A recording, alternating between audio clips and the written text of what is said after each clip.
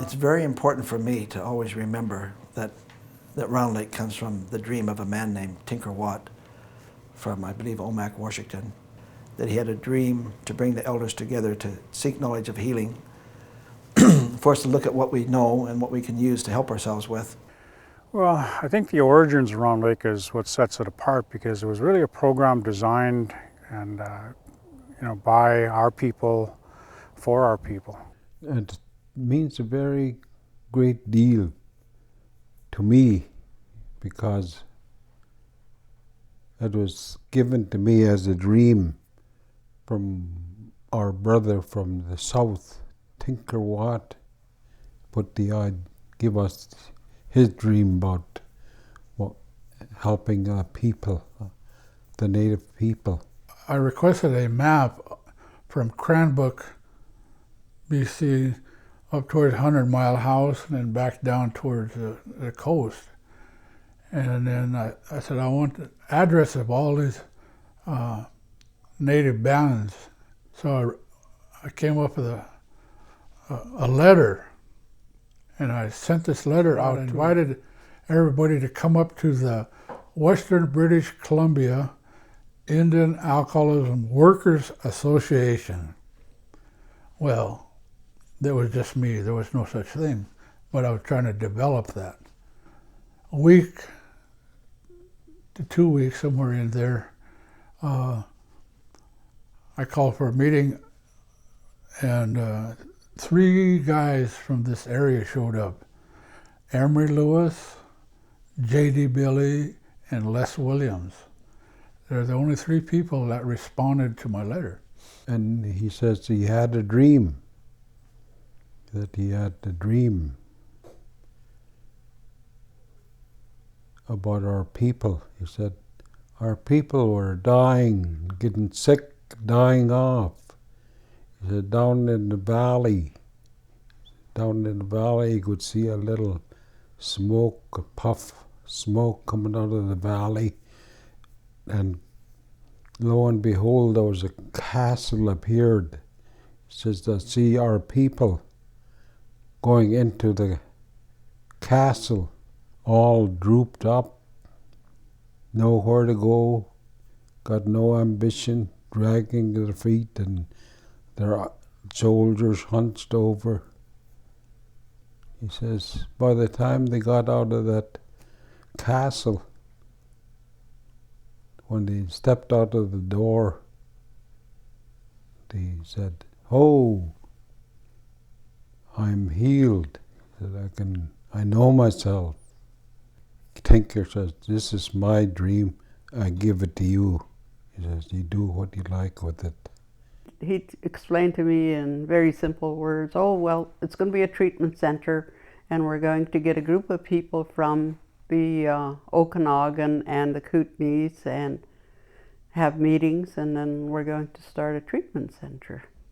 Well, I knew, nothing almost about it, and I knew nothing, that what his plan was, just the basics. So I thought, and he was talking about it, and I thought, you're dreaming. That's my thought. You're dreaming, because that's not going to happen. People aren't going to do anything about the alcohol and drug problems here. And he said, oh no, we're going to start it. And when Emery first called, I didn't think I would come, because I was living in Seattle at the time, and I had a very rich life. I was attending ceremonies. I had a drum group, and I was going to powwows, and I owned an eighth of an acre outside of Seattle, and I had a little house and a nice sweat house behind my house, and I had a ceremonial life.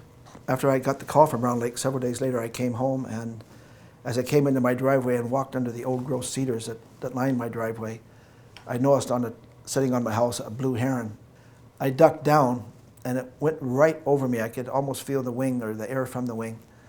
And I turned to watch it fly under the cedars and leave my property. And then when I turned back towards my house disappeared. I couldn't see anything to any direction. I was standing in a void, in a grayness. When things came back, I looked at my house and said to myself, you know, I'm leaving this place. I said to myself, I'm leaving everything. I'm going to Round Lake. And I left. I didn't dream of being part of the organization, but I mean, I didn't think it was possible right from the start that we could initiate a place such as Round Lake for our Indian people to better themselves, to fight alcoholism. And I think that there's generations of children that have grown up without addictions in their lives because of this place, and that's really important. Determination was key. Wanting to change the way of life to sobriety.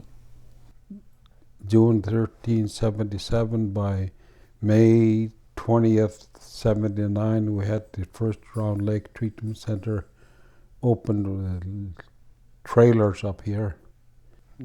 Even at them days, we had to find our own traveling money. Had to find an old bologna sandwich so we can go to Cranbrook. There's lots of water on the way. We got sandwich, and away we went, you know. And finally, one morning, he called me up. He says, JD, he says, come on up here. I got something to show you. So we called in a bunch of other people. And that's where he showed us, he laid out his map of the place where he wanted. It was his dream, you know. JD said, Emery had said, I know where it's going to be. And he came here and showed them this place. And I believe that was the start of that dream of coming here. After a while, Emery told me, well, we're going to start opening this place. And I thought, it's finally come true what he said, you know, because I really didn't believe that he would do that with that group of people, you know, treatment center for Native people, you know, that was so unbelievable. And this man, my husband, he only had grade 3, and I keep thinking about it, you know, all those years, and I think about him. He had quite a dream, and other people helped him with it. I think about Emery quite often. It was a tough going anyhow, you know, that we had no money to travel, you know. Most of us put it out our own expense out of our pockets. I came up shared a dream about a treatment center and how to go about it with, like I said, J.D. Billy and Les Williams and Emery Lewis. And I told him it's so simple. I actually showed him on the flipboard to write up a letter and mail this letter off to Ottawa, your government's capital. Anyway, so all that happened after I left. But the beauty behind it is all this knowledge I left with those 3 guys, and they just eventually went out through all the surrounding villages and reserves and kept the momentum going. So from the day I wrote that letter to the day they opened up this Round Lake Treatment Center was 18 months.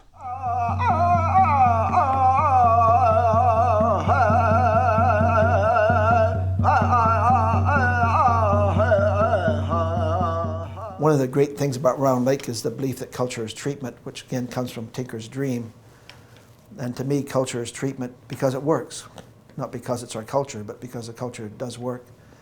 Round Lake has actually done very well using the culture as treatment. Our success rate is high, and there have been many clients that have come here who some of whom have even been adopted and had really no knowledge of who they were at all, that have had their identity strengthened, had their spirit strengthened, and have had good lives ever since then, and have went on to be elders and community leaders in their own right. I think it's important to remember as well that Round Lake was a healing place before it was Round Lake.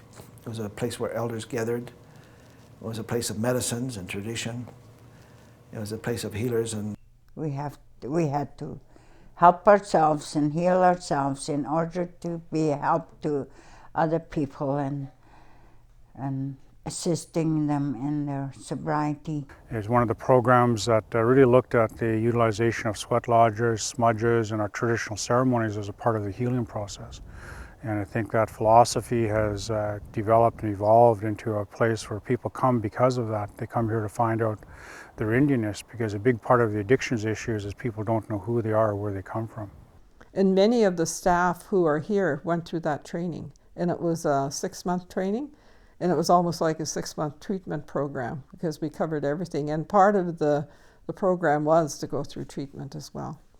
the culture as treatment addresses the identity of the client. And there are basically 5 things that we try to address: the person's self-concept, how they think about themselves; their self-esteem, how they feel about themselves; their self-image, how they see themselves; their sense of self-determination, their feeling about what they can become and what they can be; and their physical awareness, their feelings about their body and their looks and whatever kind of physical being they have. My children often laugh very happily about when I became Indianized, because it was the cultural way of healing that was first introduced to me, and I think I cried for about 6 weeks, all the way through that and beyond, and I kind of thought my only notoriety or right to work as a counselor for A&D was that I've been such a alcoholic behavior and stuff. And they were my people. I loved them.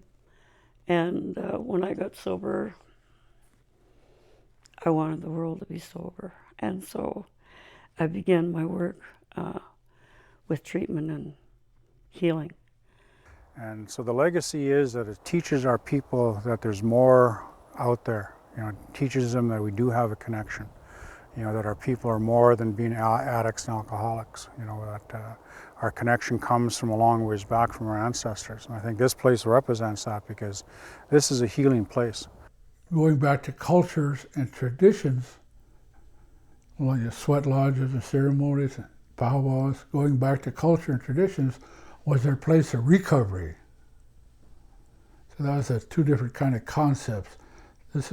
Treatment center is really a place of self-discovery, finding yourself. But the true healing, the true road to recovery, is going back into your cultures and your traditions, along with a balance of 12-step programs and all that kind of stuff.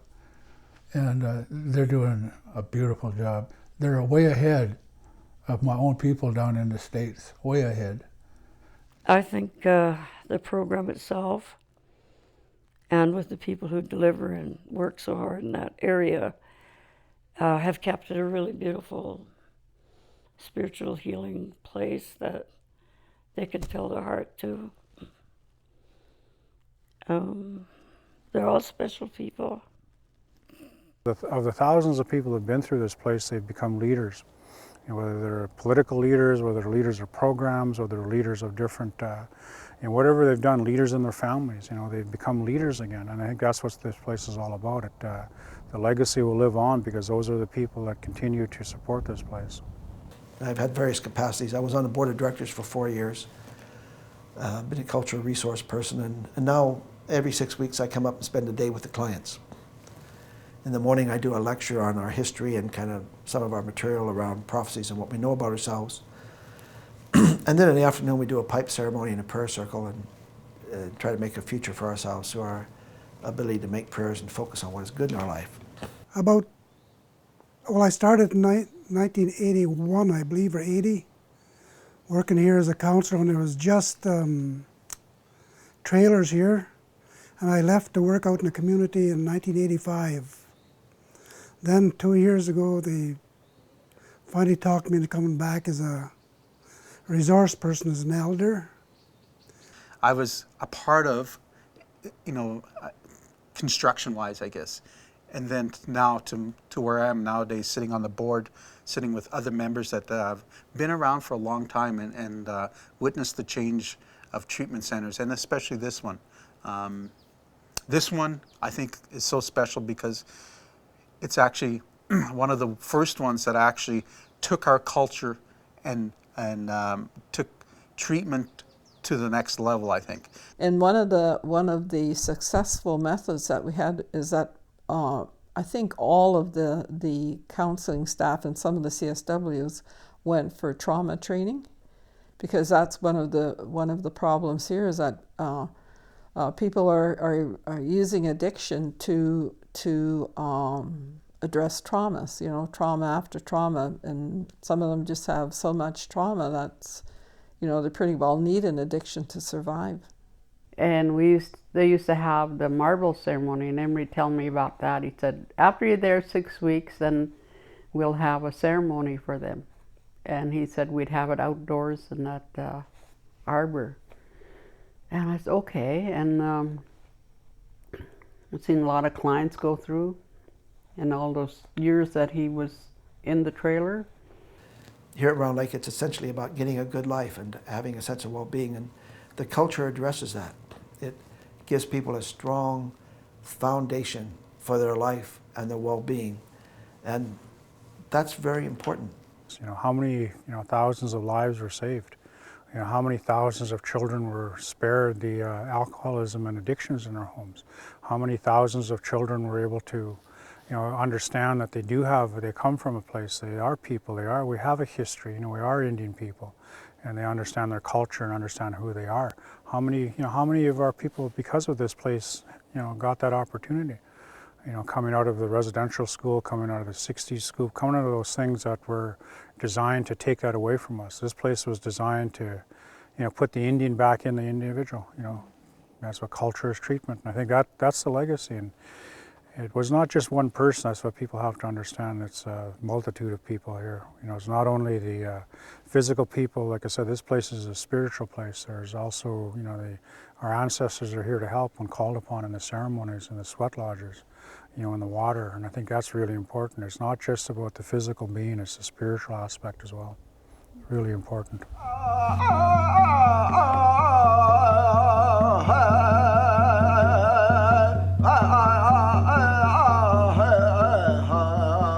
This is the 30th year, and this whole Round Lake Treatment Center had just, it was a gift. I think it was a gift from the Great Spirit. I was just a messenger. But I think probably the biggest accomplishment I had is my connection with the clientele here. I think that I used to go in and speak to the clients every new intake and tell them sort of my philosophy and what they needed to do to get through the program. And really it was about them to make a decision about what they needed and what they wanted, not what anybody else wanted. So I think that's probably my biggest accomplishment, is being able to help people understand that they could actually get through this stuff and that we were here to help them. I still know the names of the first client group. And most of the clients that I work with, and I remember their eyes and their story, because you've got to remember that some of them are more than 30 years sober. They came in an effort to not hurt as much, so they came here for treatment to help themselves more. And that story I told today about the mother who wrote a letter to Round Lake thanking Round Lake, even though her son died, from overdose, and then he was still clutching the Round Lake handbook in his hand, So, and I think that's a reality, and staff here keep that kind of thing in mind, and then I think that's what motivates them, because they're all so motivated to work here. and many of them have had the same kinds of traumas in their lives as well, you know, and they see this as a way of giving back from their own sobriety, you know, for their own sobriety. They see this as giving back to people what they got. That was a young man. His hair was drilled down. He was so ashamed of himself, and he felt nobody cared for him, or he didn't know how to be compassionate because I guess he was despised or something, or he felt inside. Anyway, I looked behind those big long bangs. I said, "Hello, where are you?" You know, I kept talking to him, and he finally let me touch his hair and move them aside. And I said, "Hello," you know, and well, that was my way of reaching him. And he was so you could see inside him that he was pleading for attention and wanting somebody to hear him and his stories.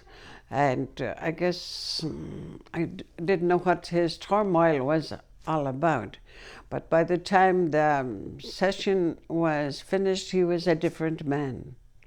He had his hair cut, and he had it out of his face.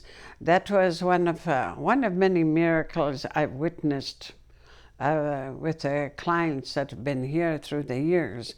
It's a great reunion for me because many people I haven't seen, many people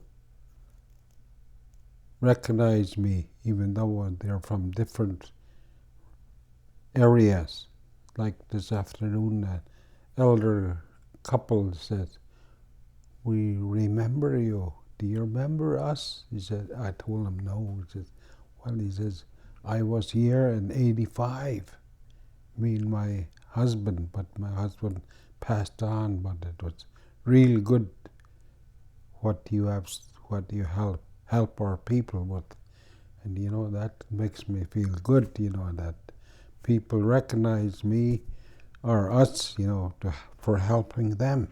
It's the biggest things you can get, you know. I see them now when I'm in town or I go to a different town, like I went to Merritt and then other one in Chilliwack and somewhere when I used to travel around. I'd see them and they looked so happy. They thanked me because they didn't drink anymore. They never done whatever it was they used to do. So I think I done pretty good. And I thank Round Lake for that, for helping me, you know, to help the clients that come here. Some of the people that I remember here that are not here no more, you know, and I kind of felt that a little bit when I got here today. I looked around for those spaces, but I knew they weren't here. And I was reflecting, like with the question you asked me,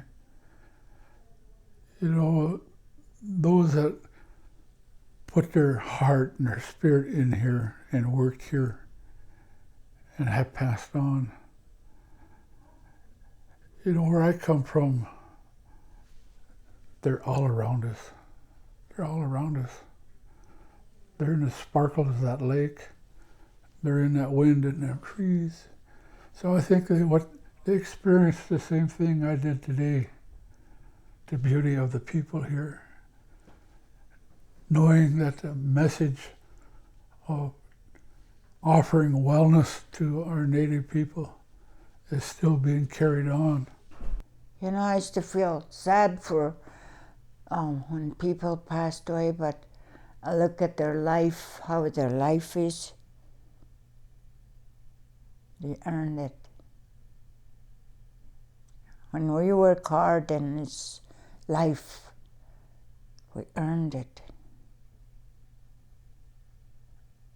And things should go well on their journey home. You know, I've come back and I see people on the streets sometimes in Vancouver, you know, different towns, and when I was working here, they'd come up and introduce themselves, and or you know, their spouse would come up and say, well, hey, you know, you helped my spouse and it had a real impact, thank you.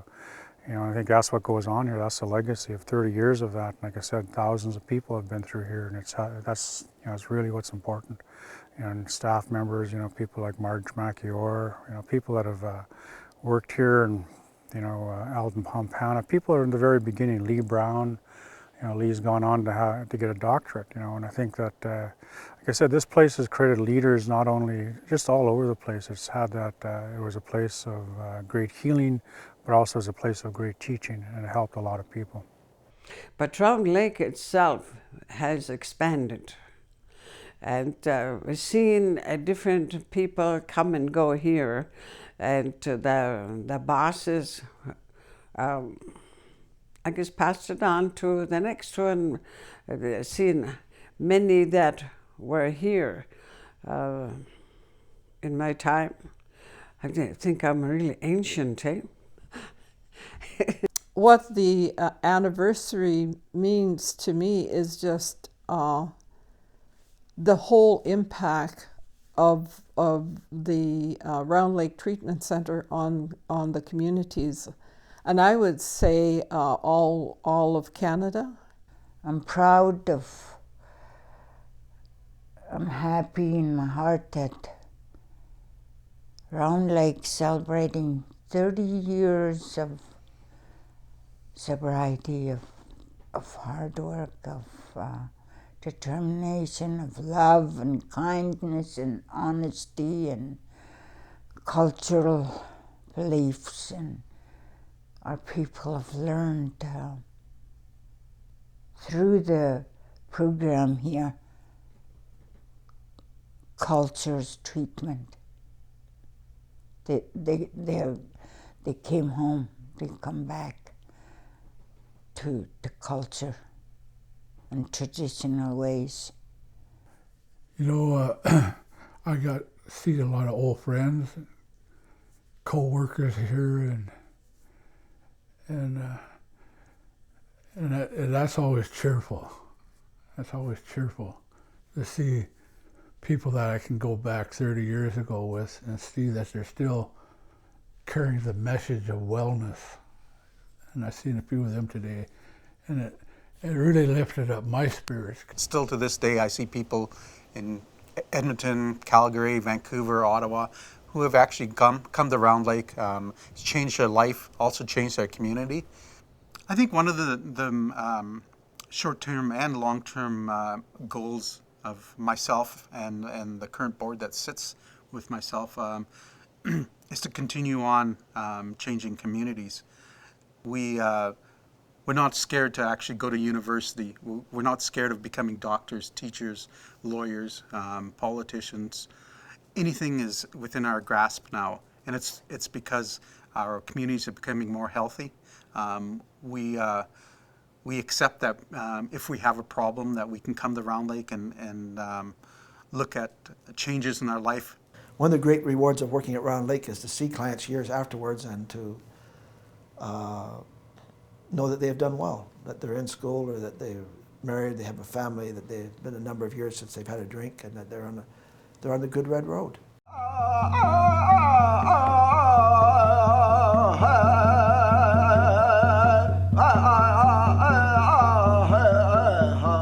Well, I think it's really important that you know, whether you're a staff member or board member, or whether you're somebody that comes through here, is that understand that the work you do here, whether it's personal work, professional work, it's about saving lives. So if you come here to really be part of this place, it's you'll save your life or you save somebody else's life. It's all about the individual's ability to change from within, because you can't change somebody from the outside. There are those people that say that Native people are now the most sober element of Canadian society. Many reserves are a lot more sober than the towns around them. And we have had great success. I think it's time for us to follow Tinker's dream and gather the elders together to see what we can do about these illnesses. What medicines do we have? What knowledges do we have that can address the cancer and the diabetes and the lupus and the other diseases that are coming into our communities that are relatively new to us, and to do that in a way that's beneficial not only to ourselves but to all human beings. It's not a job for them. I think it's a way, more of a way of life. And so I really acknowledge them because as in all organizations, there have been trials and tribulations, but they were the ones that stayed steady and true, you know. And I really want to say, you know, Cook's Jam to them for hanging in there. Mm-hmm. So I like to thank Round Lake for their dedication and their love for themselves. They had to love themselves in order to love other people. And I thank John for his dedication with our lives, with our marriage, without loving each other and forgiving each other. I think the greatest thing is forgiveness. As I would like to say thank you for giving me a start here and to helping a lot. And there's no way to say a closing because you can't close.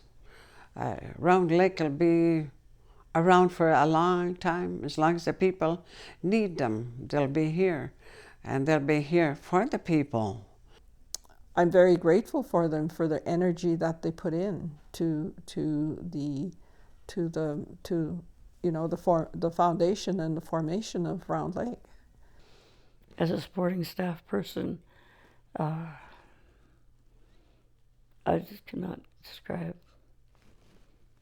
what a wonderful feeling that it is to be a witness to and a participant with those who walk the red road and the road of healing. So thank you very much for... And I want to congratulate you on your success. The 9,000 people that have come through here went back to their communities to spread the news from what they have learned in Round Lake and how they make use of the tools Round Lake give them to better themselves. I hope that each and every one of you will go out and continue to share that. Because that's how I got here. Somebody shared their gift with me. The gift of gratitude, the gift of humility, the gift of serenity, the ingredients that make us Native people. And refining ourselves, we find here at Round Lake. You need to be applauded many times over. And if you're not receiving that much gratitude from around here, I'll let you know that the Creator has been clapping his hands for you with tremendous amount of gratitude to see that you're doing these kinds of work down here. Thank you. So I am great proud of him. Very, very proud of him.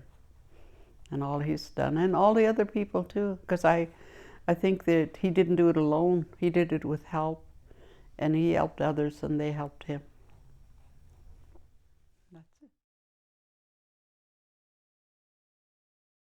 So anyway, to Round Lake, I thank you for the many years you've let me come here and will continue. And I wish you all great happiness and joy.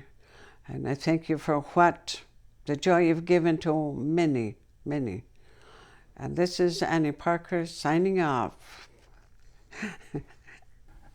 And I'd like to let you know that you need to continue carrying this gift with you to other people. 9,000 people went out of here. That's 9,000 miracles. So it should be coming back. Those miracles are going out there. Those 9,000 miracles went out there. And they're creating more miracles out there. Hopefully to come here and experience the gifts you have